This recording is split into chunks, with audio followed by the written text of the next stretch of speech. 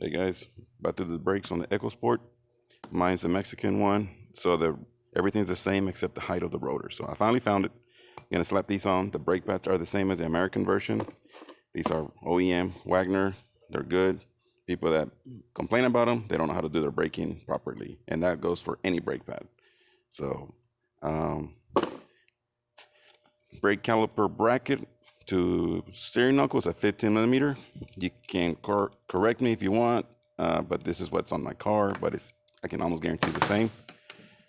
7 millimeter for the caliper screws, 7 millimeter hex, and a good old just cheap flat screwdriver to open up the caliper. If you have the caliper press tool, great.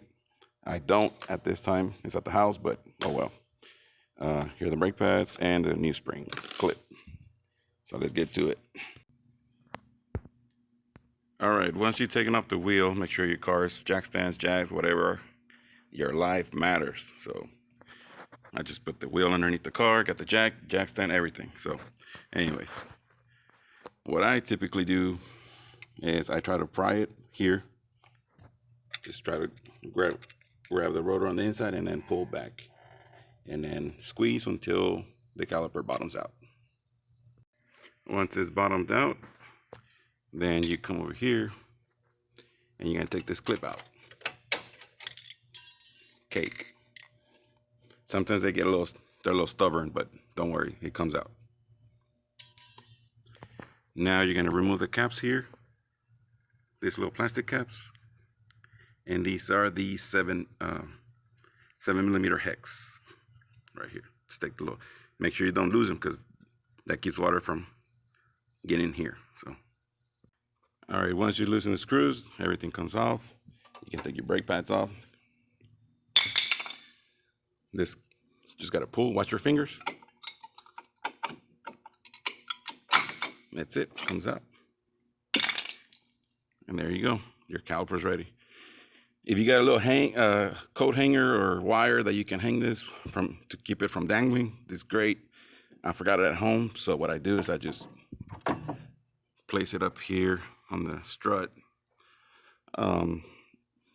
Just keep an eye on it. Make sure you don't want to fall and dangle off that.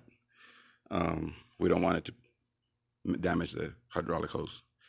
Anyway, so now you go to take your caliper bracket off, number 15. Could be 17, could be 18, could be 19 in the American version, but it's the same thing. So, so we'll take that off. We want to clean the caliper bracket here, this surface here. We want to clean that, all this. If you got a wheel wire brush, great. If you don't, little emery cloth, something, just clean up as much as you can. Once the bracket is off, you can take off the rotor. If you live up north, I'm sorry. If you live in the south or rust-free areas, then it should be cake. But you can tell that I've previously put some anti-seize. I like prepping stuff before, way before I have issues in the future. So I had taken the rotor off before and put some anti-seize there. And like I said, I'm the type of guy that wants to be ready for future services. Make it easier on myself. Here we go. Nice and clean. That's what you want.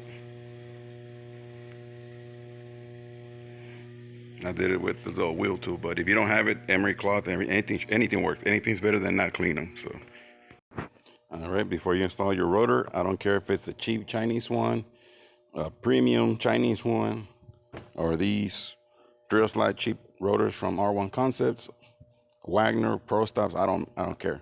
You want to clean them, even if they feel like they're dry already or that they don't have a film or anything.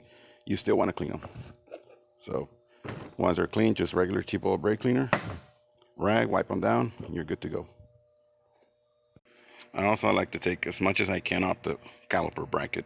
Why? Just to keep track of how much dust I'm making, if anything. That's personal preference, but it's not a deal killer. All right, so the installation is the reverse of the removal. It's a good time to check your tie rod ends, your sway bar links, check the condition of your control arm bushings. I'm pretty sure I'm due for them anytime now. It's a good time to check your car. So, like I said, if you do your preventive maintenance, it's cheaper on the long run because you do your struts, it makes your suspension last longer. You do it on time. Gas sway bar links. Next round, it'll be the control arms, in or out of tie rods. You know, I may even throw some bearings in it too.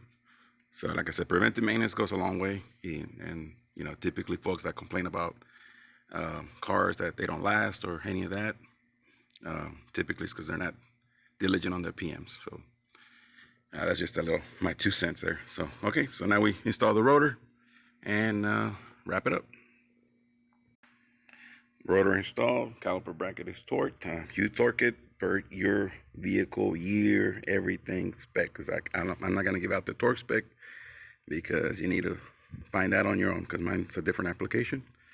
So anyway, so you don't have to. Sometimes I do this just, you know, to help out, you know, sliding in there because it does get kind of rusty. So you don't have to, but this helps anti-seize there to slide them in. So also check the lubricity on these little pins. They're not supposed to be caked up with grease, but you want to keep them nice and clean so you can, so that allows back and forth movement. So have fun, guys.